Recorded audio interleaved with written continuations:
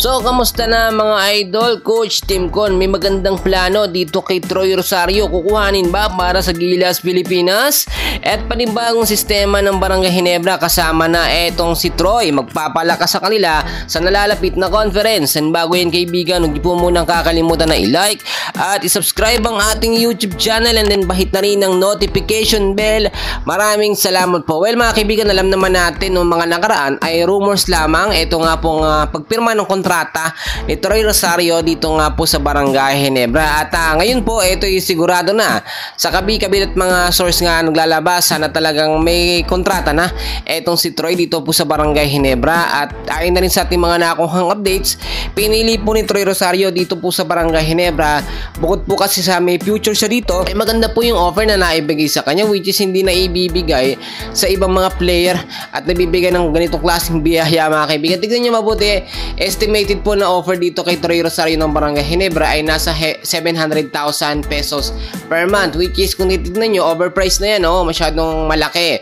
Pero sa kagaya ni Troy Rosario, ito ay deserve lamang dahil hindi naman talaga magiging sobrang laki yan kung wala naman abilidad or wala namang maipapakita. Etong si Troy Rosario, star player yan mga kaibigan si Troy at marami na po yung napatunayan.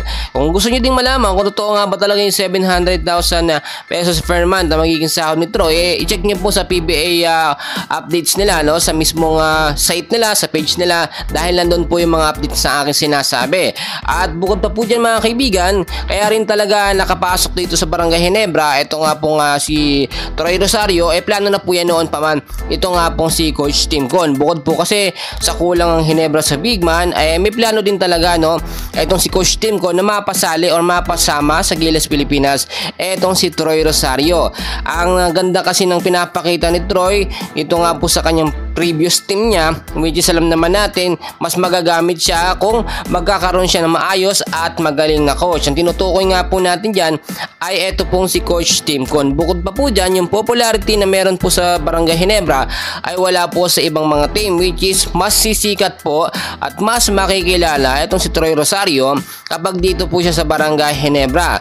Sa ibang team kasi hindi naman din siya masyadong nagagamit, madalas lang binabangko siya.